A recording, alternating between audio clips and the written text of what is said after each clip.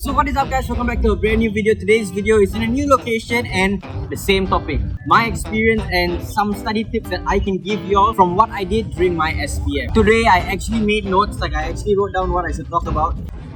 But once again, because I'm doing this type of video, I have to put a disclaimer out there that whatever I share in this video is purely... Oh my gosh, these ambulances. But anything I share or say in this video is based on my experience. It may be different for you, so do what's best for you. Without wasting any more time, let's go on to the first subject on today's agenda. Let's talk about physics. Hey, you wait.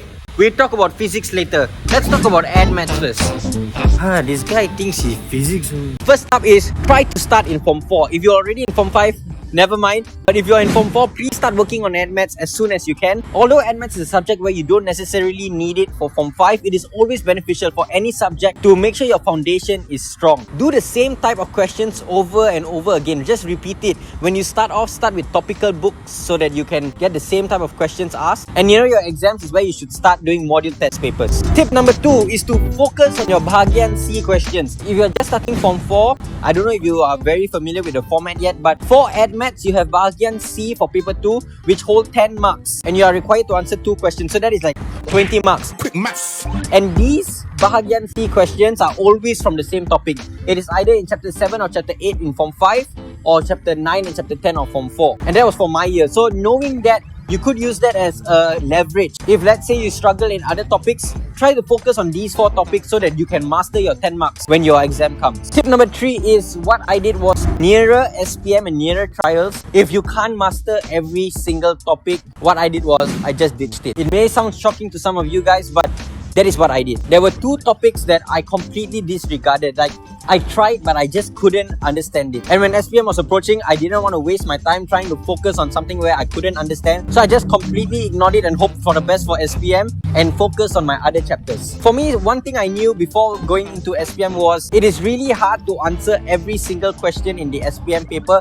And I know that it is normal for normal people to not be able to answer every single question in the maths paper. So I knew that I do have room to not answer 2 questions, which were from these 2 topics. During my SPM, one of the chapters that I completely skipped, a few questions came out. So don't take that risk. I'm just saying what I did. Don't skip any chapter if you can, but if you really cannot, just 1 or 2, I think that's fine. But that's for me. Also, please keep in mind that I did know a little bit about the chapters that I skipped, and I did know a little bit for me to answer to probably get 1 mark. So I didn't 1000% skip it, but I didn't really spend too much time on it when I was studying. If you want to know the 2 topics where I completely skipped because I couldn't understand, you could ask me in the comments down below or message me on Instagram, because I don't want to share it openly, because I don't want anyone to feel demotivated or think to themselves that they can't do that, because everyone is different. Number 4 is deriving formulas. That is one thing that I didn't really know getting myself into SPM was SPM questions do ask you to derive. So while you have time, while you're still in the beginning of your school year, I don't know, whenever you're watching this, try to read through some maths solutions to figure out how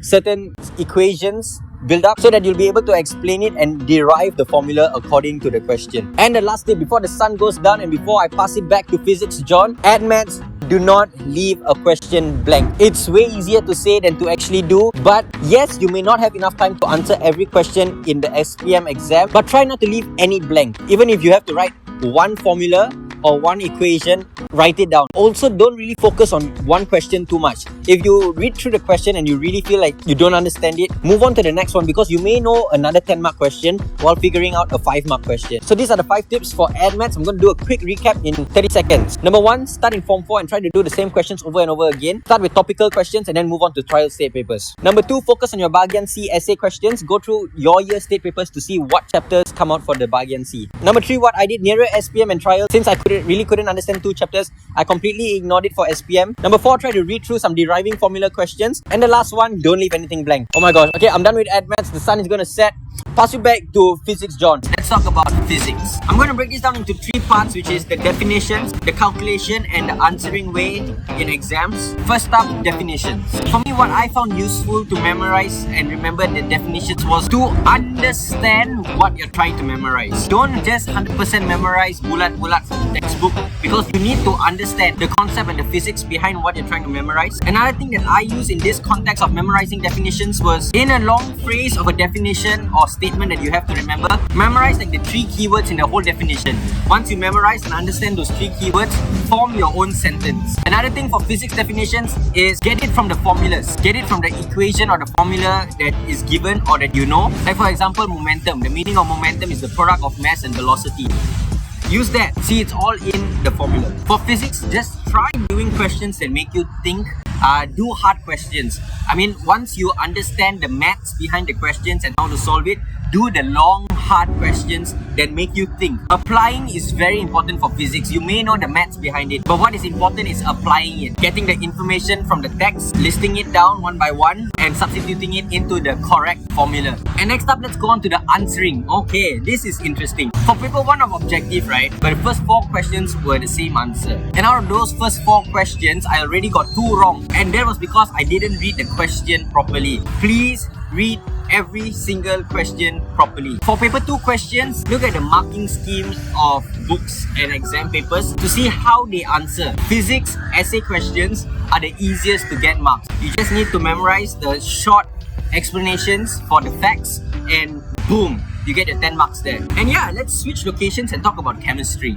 My favorite subject.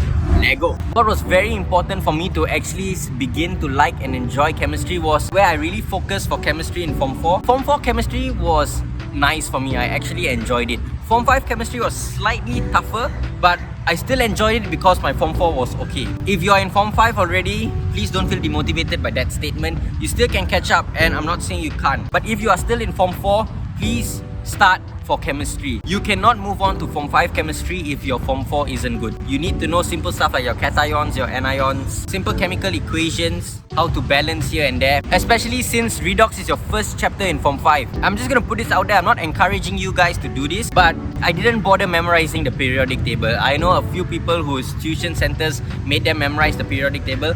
I, for one, did not, and I feel like that was completely fine for me. I'm not asking you guys to do it, but I'm just sharing. One thing that you should memorize is your reactivity series, which is this thing over here. That's very important to remember. Another tip that I can give you for chemistry is to memorize certain definitions that are very important. So for my year, certain definitions that were very important that I think everybody knew. Stuff like the definition for empirical formula, isomerism, redox reaction and isotopes. All those definitions were very popular definitions that the exam papers asked. And I think, if I'm not mistaken, it came out in SPM too. How you could identify these important definitions is by looking through the state paper for your year. Even if it comes out in your Form 4 year-end state paper. For my year in SPM 2022, there were a few questions that came out in SPM from our trial state papers like MRSM and SBP. I think there was one question from SBP trial paper for physics that came out in SPM and a few questions from chemistry trial state papers that came out in SPM. So please do your state papers nearer exam, or if you can start now, start now.